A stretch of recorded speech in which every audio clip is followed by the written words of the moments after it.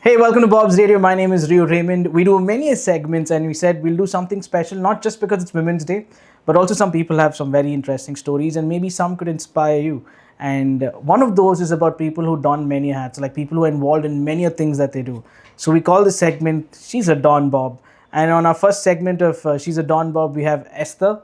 Welcome to, I wouldn't say Bob's Radio, but welcome to Egypt. Oh, thank you, Rio. And I am welcomed by another fellow Egyptian.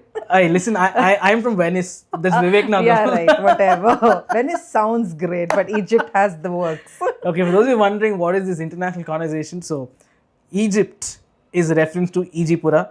There's a Nile that passes by, so that's why it's called Ijipura. Now, the reason I said Venice because that's the closest I could ever say anything about Vivek Nagar. We're neighbors of sorts in area-wise. But how does it feel to come back from where you are? Like, I mean, you're outside the city right now, but how does it feel? Hey, I'm not outside the city. But these are jokes, no, we tell Yeah, each it does require a visa, and my friends keep cursing me. So, yeah, it does feel amazing to be back to my roots. This is where I grew up. This is where I was born, in fact. So, on the way, while we were coming here, I pulled the entire family, by the way. So yeah, all of us. And my older son, Shalom, we were showing him, this is the house where I was born, this is where Dada grew up, this is where we did this, and this is where we did that. So it was an amazing drive since we hit 1 hour pet. Till there, it was a bit of a struggle, you say. Yeah, the traffic and all. That's why I think we've come to a point, I keep telling this, or we keep having this sort of conversation with people from old Bangalore and stuff of how when we go out today, we think about where to go and when are we going, and then it's like, okay, we might as well just chill somewhere close by. Yeah. Or you have a house party. The reason it's gone into a house party scene is because of the fact of traveling in the traffic. Now, all that ruckus about the traffic will keep aside. What we have to talk about is Esther Fernandez. Should I say Esther Manny Fernandez? Esther Aparna Fernandez. Esther Aparna Fernandez. Yes. You want to stick to her roots, man. Yes. Esther Ijipura Fernandez. So Esther is a friend of ours, and also Esther is someone who dons many hats. Now, I can just keep counting the number of things that she does. She's someone who dons many hats. She does quite a lot of things. One, she's a mom of 2 kids. Second thing is she is also a franchise owner of a sanitary pad brand. Man, these are getting like tongue twisters. And sustainable sanitary pads. She said it, but we'll get to that. There's a lot of interesting things to learn from that side of the story. She also is someone who started blogging, eventually turned that blogging into a business of gifting. What is this all about? Travel to tables. We'll talk about that with passion, of course. Yeah. And there's something that she also does in the sidelines as an NGO, as a board member, which works with children and women as well. Yeah, which we'll get into details as well. And then also, she's a proud owner of a couple of restaurants. And I have to keep saying also because another thing that's going to come into play is because she's an author as well of a book called Obverse. See, I did it in reverse. Apparently, this book is all about writing poems in reverse. That's what she's done. We'll talk about that as well. And is there something I missed out? Esther, like I feel like I'm taking a huge breath of... Lightkeepers. Lightkeepers. Yeah. So it's a community-driven program. She is a founding member of Lightkeepers. Co-founder, yes. And there are a lot of things that she does that brings communities together, things that are driven with passion. So to start things off, the first thing that you ever started was Travel to Tables, blogging, and then getting into gifting with Travel to Tables. Yeah. Could you give us a little gist on this? Yeah, so we, that we own restaurants, and we were... Proudly, that we own restaurants. Yeah, it's not like that. Yeah. But now that we've come in through all of these years and have, experience, well, it's become lighter to say that.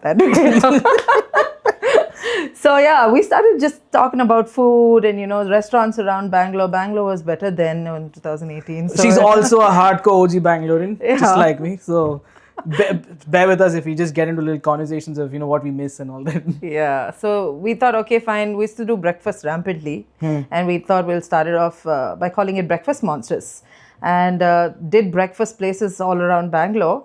And then it grew into catering because we opened the restaurants, and then it grew from there into another platform, and like that, And then one interest onto another. Yeah, another one. And then now gifting solutions, corporate gifting, personalized gifting, whatever you... And you know what, I'm trying to find time, or rather to fit this in a certain time by saying all the things that you do, but do you have the time to do the things that you do?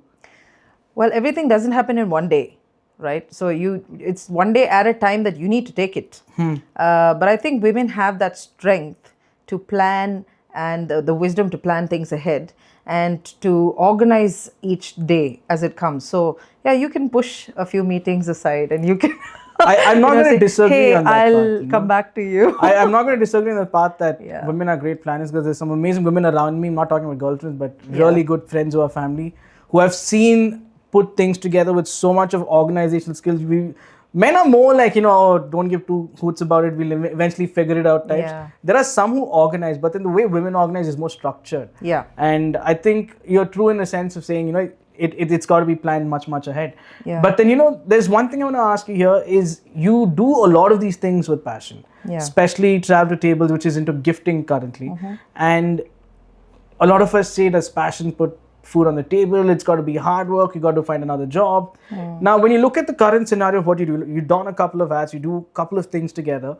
Now, each one seems like you're to take a break from one or to take a breather from another, you're doing something. There could be a passion that's coming in here. There could be something that's bringing monetary aspect from another point of view. So when you dabble around these things, what are the factors that make you give priority, or is it that you already decide on these things? Yeah. Let's face it, there are challenges, and you just need to know how to navigate each challenge. And when the challenge is gone, then it's a bed of roses. So yeah, but then there's always that one P that comes under at the right time, or should I say the wrong time. When you're down and out. Yeah, but I think we all, as we grow up, we've learned to deal with those P's under our bed. And just taking those life principles and applying it to this just helps channelize all of these things on a day-to-day basis. So if the moment we wake up in the morning, I think most women will agree with me that we've already gone through the next day, the previous day, or the day before that. So this is what we need to do now. This is what we need to do next day. But then when you wake up that day, we know the next thing. We know what's the next step. Right? This is what we need to do now. And I think the victory is there in that moment. Right. Yeah. So that when the next thing comes into your plate, then you know what to do with that ingredient. You don't have to cook it all up at one time. So that's how you make a beautiful dish. When you give me this analogy, I'm like, don't you put too many ingredients to making a dish? But that's a different thing. Like you said, it's about deciding to do certain things, taking time into it. And like Esther says, a lot of people also, I want to just add to that, is a lot of people have different ideas and thoughts about how do you manage time, how do you go about pursuing a certain passion, a certain career. It differs from person to person, but I think when you feed off what somebody is saying, you don't take it all into heart and go hardcore into it. Yeah. I think you need to analyze what your life is as well at that particular time and see what you can gauge and do. And then start putting these principles into practice, and then you start seeing better results. Because what happens because time doesn't wait for anyone. Yeah, right? And also people get into this thought that that person's done it, I can do it too. Yeah. But then it's not that you can't do it. It's about how you do it differently. How you do it. That's the key there. Yeah. So because everyone gets coming, they could do it, I also can do it. Yeah. You can, but it's easy to be inspirational, but it requires a lot of hard work, strategy, and commitment to do anything, to complete it, to bring it to completion. So we're talking about faithfulness, we're talking about dedication, we're talking about hours and hours of planning that is required for us to be somewhere, at least. You're someone who also had a corporate career. Yeah. Now we're into a lot of these things. Do you use tech in any sense to plan your days? Now that we have AI, yeah, I did work for an AI company. That gave me, it was a booster for me. So it helped me learn a lot of things about AI, and I do use ChatGPT. We all do. There's nothing to feel guilty or shy away from. Yeah, but I do, like if I have to draft a proposal, ChatGPT, 5 minutes, it's done. That takes away what I used to spend like a day? 45 minutes to 1 hour, like drafting, like the first draft. Okay, let's say the first draft. Yeah, that's what it takes away, 5 minutes. And then you have the rest of the 55 minutes to yourself. That's it. So you just... To yourself? I mean, I don't think it's to yourself the way you do things. I think you have that 55 minutes given to something else to be done. Yeah, probably. Because somewhere I understand that, but when you use ChatGPT, it takes away a lot of time. Yeah. But it makes you use that time for something else. Yeah, if you use, like, technology can be used for good or bad. Like it's the same with AI. Yeah, so let's say Yeah. we use it for the good. There's nothing bad that comes Yeah. from the way we use it. Yeah. Now, to go into each of these things that you do, one is travel to tables, which is about gifting and stuff. And I've been privileged enough to see what you bring to the table in terms of books. Sorry, in terms of gifts, Yeah. and some really interesting things, which I also was, fortunate enough to pick up. Now, that is something you source from different people. Yeah, different vendors, distributors. Yes. distributors, right, Yeah. from across the country and outside the country as Yeah. well. That's as far as gifting is concerned. Now you also have written this book. Okay, I'm trying to just trying to comprehend, how do you write poems in reverse? Yeah, it's easy, bro. Observe, like you said, observe, obverse. Yeah, it's basically the other side of something. So the reason I named it obverse was because So we can observe. it's you got it. So observe what is written and read it the other way around. If you could just give us a little gist on something. Yeah, okay. Okay, let me see. Okay, Kaka Kade, Bangalore style. Okay, so on the corner of a narrow Indian street stands an old shop, small yet complete, serving sweets, crackers, samosas, and chai. He witnesses life from morning to night. Through every laugh and every fight, to friends reuniting and lovers glancing, evening walkers and their secret talks, he holds the stories of an old school block. Now, he holds the stories of an old school block, evening walkers and their secret talks, to friends reuniting and lovers glancing, through every laugh and every fight. He witnesses life from morning to night, serving sweets, crackers, samosas, and chai. Stands an old shop, small yet complete, on the corner of a narrow Indian street. Kaka Kade. When you said first Kaka Kade, no, I'm like, what is he saying? What is he? Then it hit me, oh, it's a Kaka Kade. Yes. In the very anglicized Bangalore term, the Kaka shop. Yes. So What that's is that guy's name? Chamraj Petchal. Chamraj Petchal. Yeah. I think I know who did it, who wrote it as well. Back in the days, Radio 1 days. Yes, yes. Now, this is as far as the poetry is concerned. Now, there comes in another hat that you don, is this NGO that you mentioned to us about, which you're a board member of. Yeah. What does this NGO do, and how does your time go into it? What do you do? So we have 4 pillars that we are involved with. We educate, we deal with underprivileged children. We educate them for free, and we provide free vocational training. We take care of the elderly. We also do rehabilitation, provide medical aid support as well. Yeah. So this is close to 2,000 kids, I would say. 2,000 kids. And what's the name of this NGO?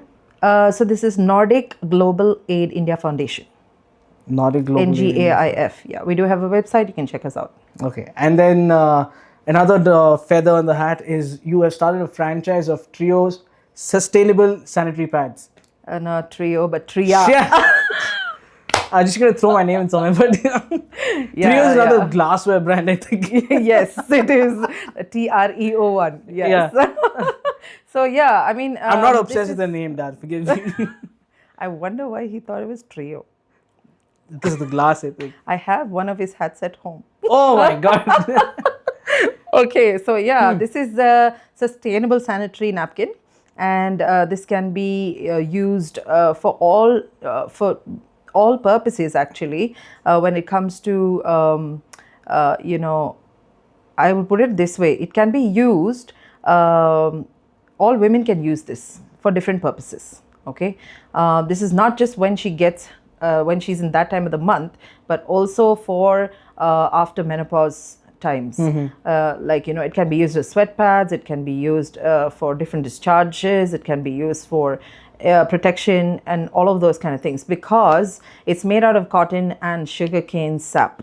Okay. And I was a big Whisper fan, and I wouldn't want to change from that. But since I've been using this, I do not want to feel Whisper on my skin again, because it is so soft and so comfortable, and it holds my flow, which is really heavy for the first 2 days. And I have first-hand experience with this brand. And because I was so impressed with the technology, which is called anion technology, it's a Japanese technology, and it's made only for sustainable products. So this is why I was so impressed with this napkin, and I decided to try it one day, and here I am becoming a distributor, and we're looking out for co-distributors now in the city, and to just help women to make their pocket money from home. Wow. Yeah. This is like, when you say when you don't get an opportunity, you create your opportunity, Yes. and you're also at the edge of giving somebody else an opportunity as well. Yeah. If the women out there really want to go ahead and try and earn some extra pocket money, you can. Yeah. Which Instagram ID should they get in touch? Triya. Which Instagram ID should they call contact me, you? guys. I'll leave my number. I mean, Rio has my number. So, yeah. Hey, they start calling me that. Just Yeah. DM travel We'll pull to you Paris. in, Rio. Don't worry about it. Because of my name being wrong on that. What? Rio. No, nothing like that. It's just that it's a good opportunity, not just for women. It's a great opportunity for men to just chill. See, man, I'll from a tell you 9 what, to this 5 woman job. is a damn good saleswoman, okay? And I proved to it because she was going to put up this stall at one of these places close by to our office. And during Christmas, this whole gifting box sale that she was doing, we went to encourage her. Yes, thank you. And the encouragement was, we ended up buying boxes.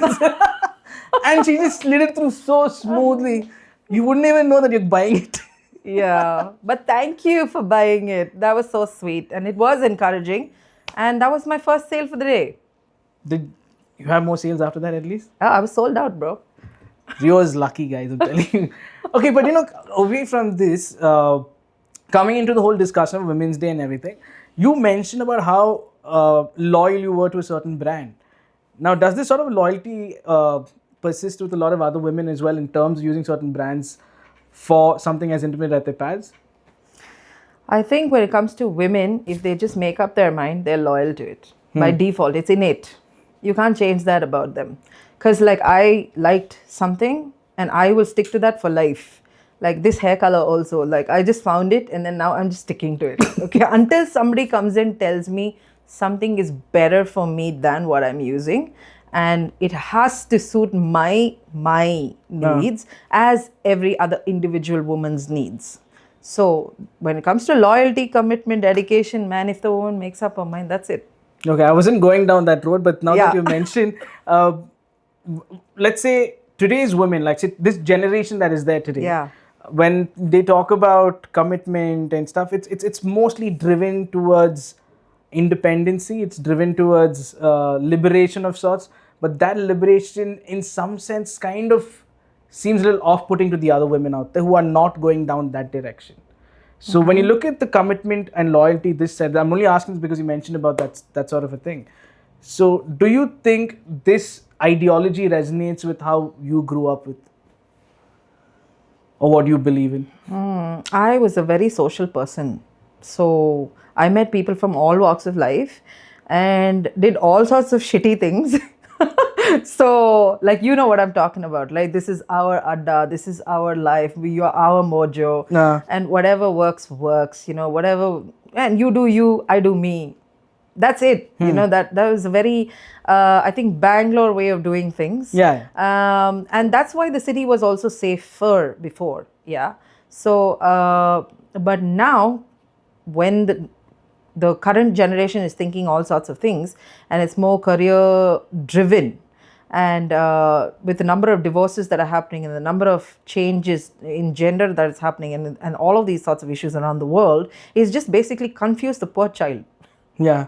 Yeah, it's not really about the difference in opinion. It's about that confusion. That's the root. So it depends on what the woman really wants to do at the end of the day and how she wants to carry it out. Yeah, I guess that's it. But I think do you think there's a little more than just about what a woman wants to do at this point in time? Because the woman wants to do what somebody else is telling them that's what they should be doing, and that is right for them. Let's do you think it's going in that direction? Let's face it. We're like 10, 15, 20 years behind from all the other countries who are already been doing that like for decades now. Okay, now that it's an Indian, it's in time for India to shine.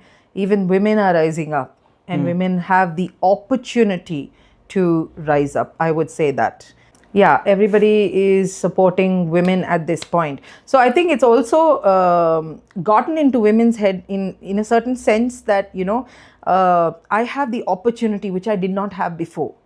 Like all of us from the previous generation, hey bro, what are you saying, man? Go cook. something, and your husband will say this, and your dad will say that, and your mom will say this. But now it is like, I can work, I can be who I want to be, I can be where I want to be, who I want to be, I can travel at any point and time of the day, I can do anything. So that freedom, I think it's a little twisted, but that kind of freedom given, made available, should be channeled, and it can bring about tremendous results in our women. Rather than saying, hey, I can do a 9 to 5 and I can go party and I can do whatever I want, get married and divorce and do whatever. So the idea is changing.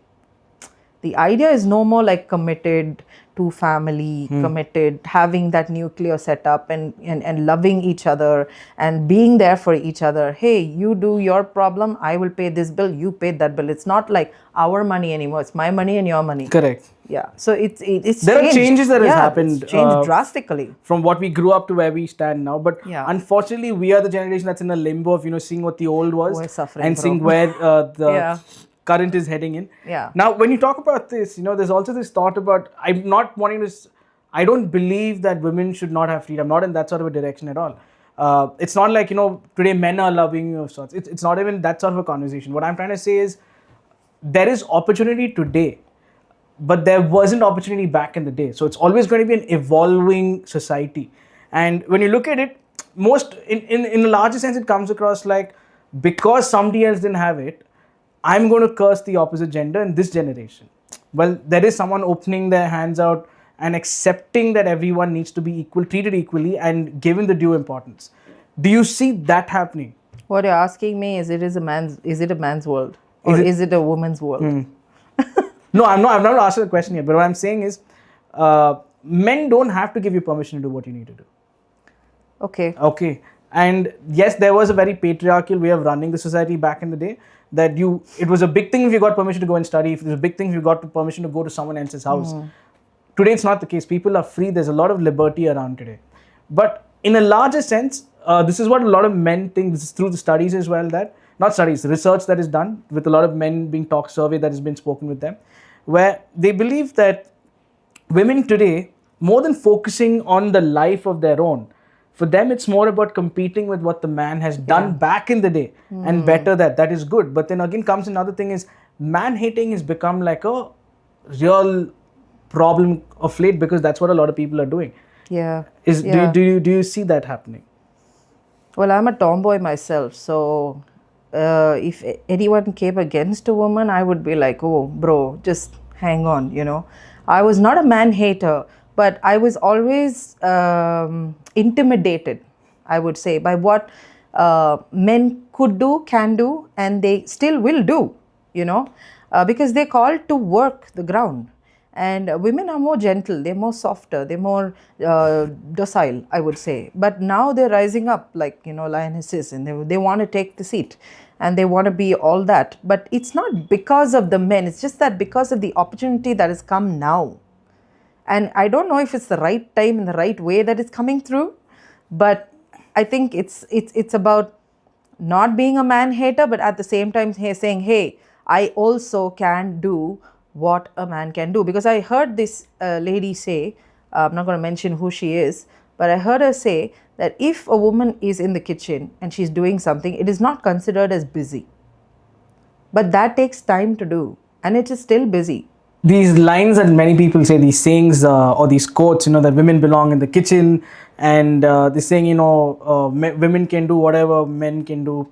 So these are things that are just triggering people's emotions of late. Yeah. And I believe, there are certain things men can do and women can't do them. There are certain things women can do and men can't do them. Yeah. So this constant battle on the social media about this and that, throwing bricks and bats at each other, and then turning this whole thing into a man and woman battle that had made peace over a while ago, but then you started to open those waters again. So I think it's about us understanding and being a little more compassionate to each other. Yeah. If you don't want to be compassionate to somebody else, then I think it's a problem with you, because human beings are made to be compassionate. Yeah. And if you are not, then there's some wiring issue in you. Absolutely. You hit the nail on the head. It is a wiring issue. See, because even my husband goes to the kitchen, he cooks. And all of us are on a diet, okay? My little one who is 4 years old, he's on his own diet. My older one who is 12 almost turning 13, he's on his own diet. And my husband is on an intermittent diet. And I'm on a no whites diet. So then who does the cooking for all of them? Of course, I have to do most of the time because he's traveling and all of that. But I understand that. So I'll just give you a small example. Like, you turn right, macha. Hey, that's not right. I don't have a wife, much. I'm not used to instructions. Turn left. Now, how did you do that? Because I knew what to do.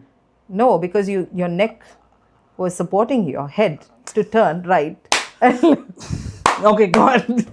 So if only a man just goes to the mirror and realizes, hey, I've got an equal support system, and allows that person to help him. A wife is supposed to help the man, right? Made for that purpose. And it's mentioned in and the now it's just Bible as well. confused, and it's all over the place, all over the world. This is a biblical reference I'll take. I think in Genesis where it says that something and a woman will be the help of a man, but I think it's taken into a different context altogether, because the Holy Spirit is also out there to help man. Yeah. And if a woman is being regarded as a help for man, she's being regarded as someone beyond than the man. When he's referring to the woman as the Holy Spirit, someone like the Holy Spirit as a help. So I think women, I mean, I don't know who's done this, but coined it in such a way that degraded that thing about a helper to men. That, men are superior and women are the helpers. It's because of ego issues, Yeah. Men don't need help. Of course, you're human, you're still in the flesh, you need help. Women need help. And women are more emotional, men are more stronger physically, right? So maybe we're not physically strong, maybe y'all are not emotionally strong. So we need help. Mentally, It's a two-way physically. street. Yeah, It's two-way always street. a two-way And street. it was made that way. It was designed that way so that we interweave our chores and interweave our responsibilities, our commitments, and our family, roles, to bring each other up and lift each other up, not to put each other down. Yeah, that's the way it was designed. So because you've also said this, I'm just asking you as a man. Yeah. Do you think it is still a man's world? I understood a couple of years ago it was driven by men, but do you think today it is a man's world? I think since as a mom, I can say, and I think most women might relate with me, because, we go through the whole process of the 9 months and, the children need us. I think we're more attached that way to the family, and the man has more freedom and more time to go out there and get things done. And I don't think it's a man's world, and I don't think it's a woman's world. I just think it's a world where we need to work together. And that's where we can have a successful world.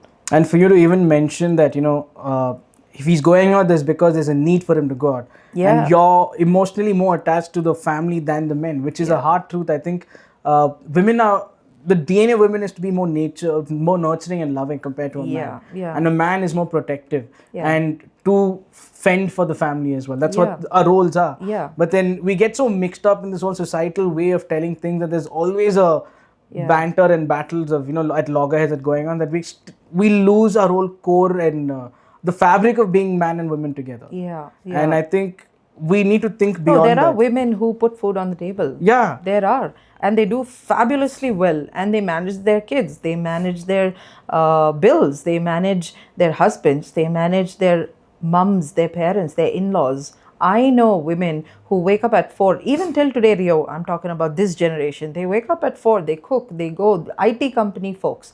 They do everything. They come back. They make sure there's food, dinner on the table. They take care of the kids. Everything, A to Z. And they're still fine. And I don't know if we need to be less appreciated for that or more visible at the same time. There's this one thing about how a certain kind of people overshadow the niceness of a certain kind of people. Right? So similarly, I think that's what is also happening today. I'm not saying there are no women who are family oriented. There are plenty of women who carry great values. Yeah. But what happens is because of a few specimens that come out and stand out and say, we're for equality, but very pseudoistic equality, but we're for this and that, and trying to build on a wrong agenda, and that drives a wrong sense of inspiration to other women out there. Yeah. The real women out there who are battling it out are the ones who are losing out. And another, I wouldn't say a study, another analogy is, who are the women who are actually going about doing these things? There are women who have come from privileged backgrounds, right? The ones who are actually going and fighting it out for their families are the ones who don't have the time to do all this. And these are the ones who, on a day-to-day basis, for them, the importance is the family. The importance is making sure not just them, but the entire family grows into being at a better place in life. Yeah, we have women doing that, we have men doing that, we have everybody doing that. The point being is, like you said, if you're really doing something worth your while, you wouldn't be doing this. But there is also a fight, like you mentioned. There is that battle, back and forth that's going on. And what do you do about it? Somebody needs to raise their voice. Somebody needs to do something. Somebody needs to say, hey, we need this freedom. We need this space. We need this. Men are saying, hey, we can do it. Hey, why don't you allow us to do it? Nobody's stopping you. This is again an internet Nobody's thing. stopping the girl also. Nobody's stopping you also. If you want to do it, there are successful women in the world who have just done it, who have gone out there, worked, and are successful women in the world. And they did not have excuses like this. Yeah. The reason we have women's group like the Light Keepers is because I want to build these women up in such a way that they will be resilient by the end of the year to know how to stand and be independent. But at the same time, because you are a family person, because you belong to a family, also hold some of those morals and values as your foundation and raise yourself up to a dignified life.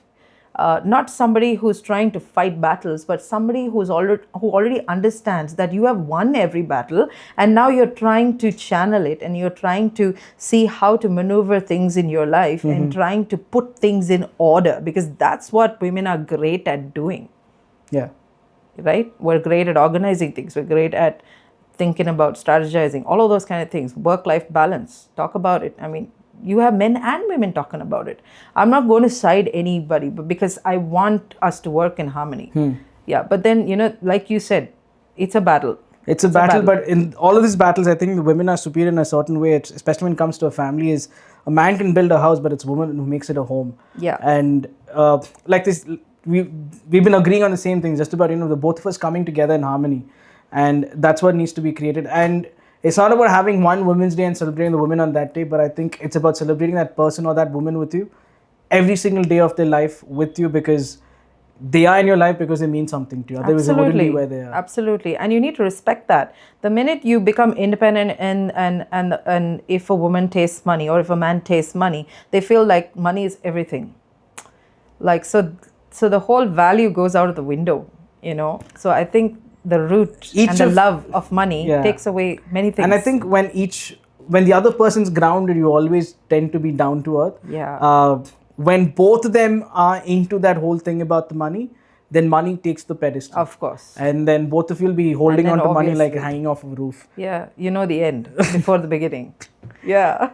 And you also mentioned about Light Keeper, which is again a great movement that helps people from different underprivileged backgrounds and also various backgrounds of society.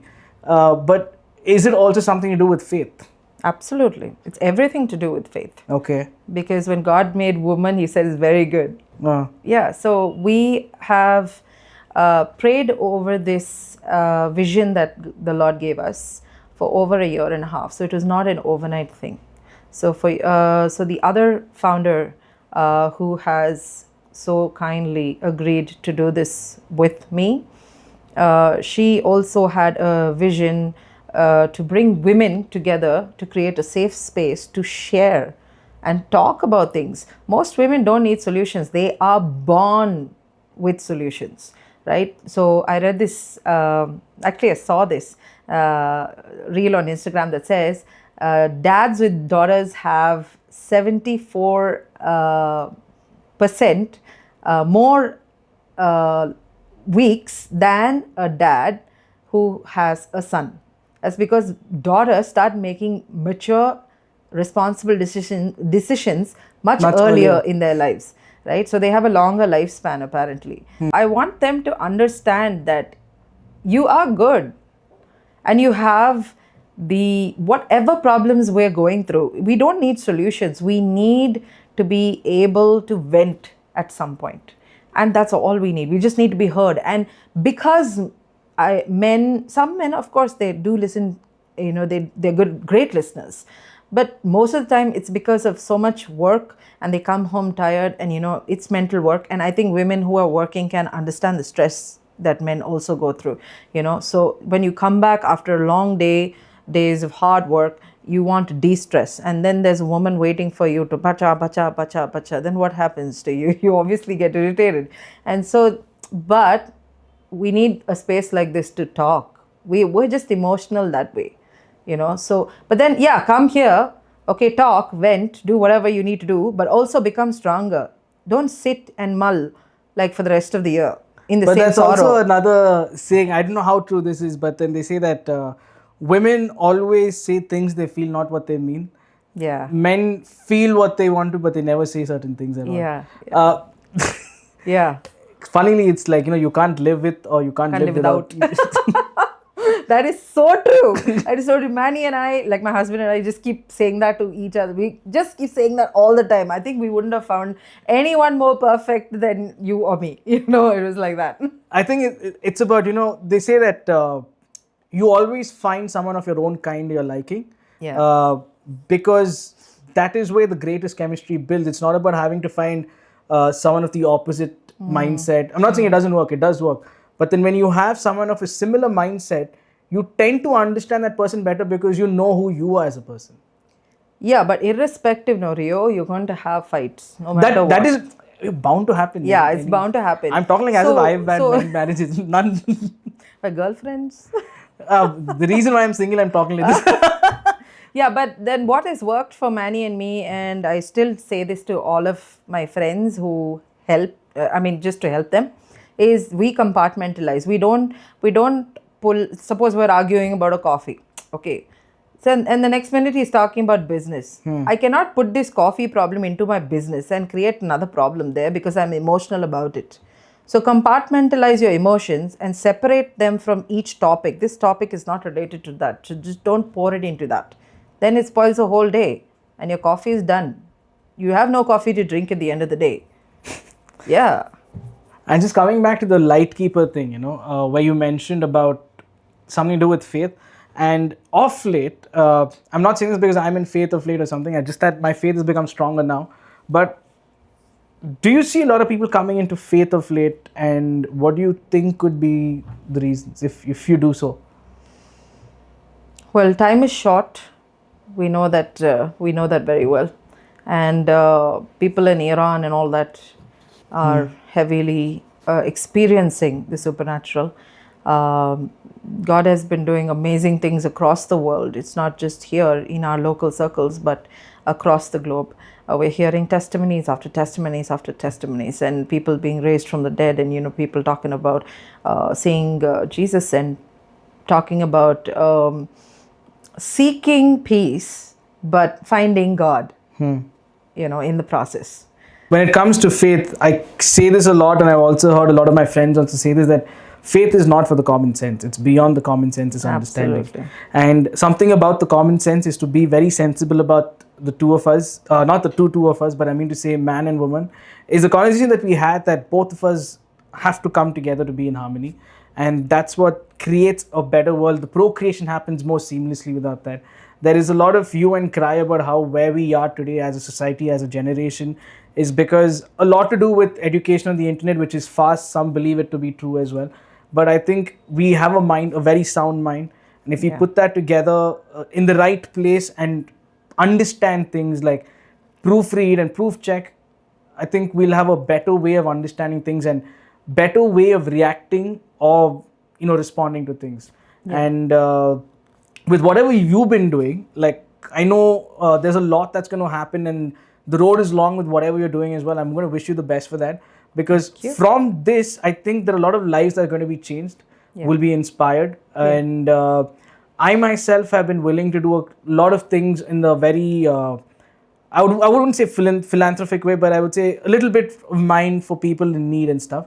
Maybe you're a window who I could help with as well.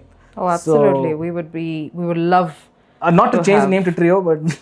No, that's never gonna happen. Okay. Because it's not my friend anyway.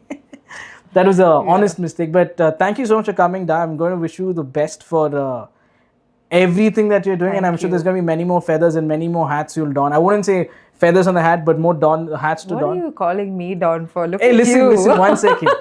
Why? I think she did this on purpose so I can, slide this line in. She actually was a don of Egypt back in the day. No, guys. No. You hear that voice, you hear that tone, you could tell somebody, right? Esther. She's not Dawn Esquire, Dawn Esther. No. It's not. I mean, I'm glad I'm out of that life. And that is a conversation we'll keep for another day because it's a very interesting life. One, of course, is how passionate we are about Bangalore.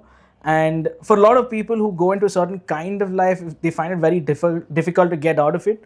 The reasons you get into the life could be various factors as well. And I think we will have to wait for that conversation on another day. But for now, my marriage was epic. Like when I was getting married, people said, Esther's getting married. That is epic. That epic conversation is coming. Yeah. You'll have to wait for that. But for now, thank you so much for coming. Thank you. And I don't want to say Happy Women's Day, but I'll just say be happy where you are and in whatever you do. We're happy women, though. I think these things are very capitalistically driven to drive corporate sales and whatever. Yeah. But if you want to wish you Happy Women's Day, I'll wish you Happy Women's Day. Happy International Women's Day. You're women irrespective of where you come from, so I don't divide people. Yeah, I'm glad that it's happy. It's Women's Day, See, now you're having a contradiction. I told you, women say what they feel, not what they mean. Man's Day. Well, why don't we have a Man's Day? There is, but we're not celebrated enough. It's on the 22nd of November. Y'all don't want to celebrate it. Who celebrates us? Who made We the only decision are to have celebrating. Women's Day then?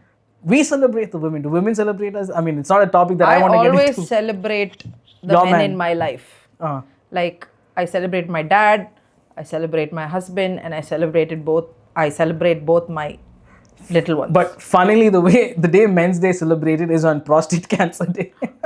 That's why the whole month of November is known as Movember, No Shame Movember, No Nut November. So all these things come in because of this. Well, I think you guys can make a difference since y'all anyway call the shots. Oh my God. Not something. I mean, this is for a lot of people who would love to hear this from Esther, but doesn't make any difference to me whether I call the shots or not, because I just believe remember in you have a neck. I do. Yeah. I do. And I have ears to listen to also. And I have eyes and nose and mouth too. See, this is going into kindergarten classes now. I told you, this. Oh, it's like the argument between Zelensky and Trump. Say thank you. No, at least you could have said. No, Dad. I can't say anything to this Dawn from Egypt. She's just shifted areas now. And we're still Egyptians. Like you take yourself out of Egypt, but you can't take Egypt out of you. Yeah, but thank God for this Egyptian dance is not this, okay? This is the different Egyptian. You don't want to know that. It's okay. You probably have seen that anyway. But I think this, this outro is taking a long time. But thanks once again for coming. Thank you, Da. We're going to do another conversation about life in general, about how we have, I would take the liberty to say how we have been able to come out of a certain life. Yeah. Because there are plenty of people who are struggling but have been... the reason I want to do this is because everybody thinks life is not supposed to be tough. Not everybody, a large part of people think that life shouldn't be tough today. It's about if it's tough, just move on to another pathway and try and do something. But I think there needs to be a little bit of hardening in terms of what you need to do. Yeah, we're doing the same thing with the light keepers, with the women, but would love to bring this out of the women's platform and also do it on a platform like this as Bob's. Wow. The best of Bangalore. Yes. Let's put one scene, Bob. So, we'll put a scene once again. And finally, thank you so much once again. Thank you, Nandri. Stotram. Stotram. Good night.